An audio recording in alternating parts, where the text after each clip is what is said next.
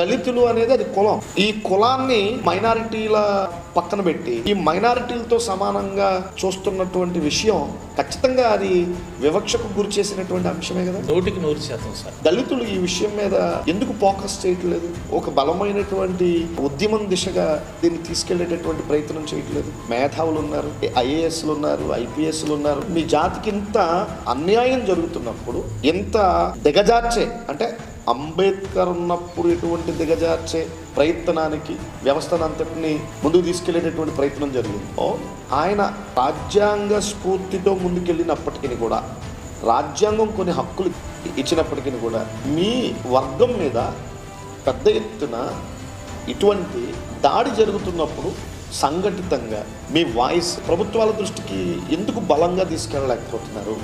మీ వ్యవస్థకు న్యాయం జరిగే వరకు పోరాటం చేసేటటువంటి విషయంలో విఫలమవుతున్నారు.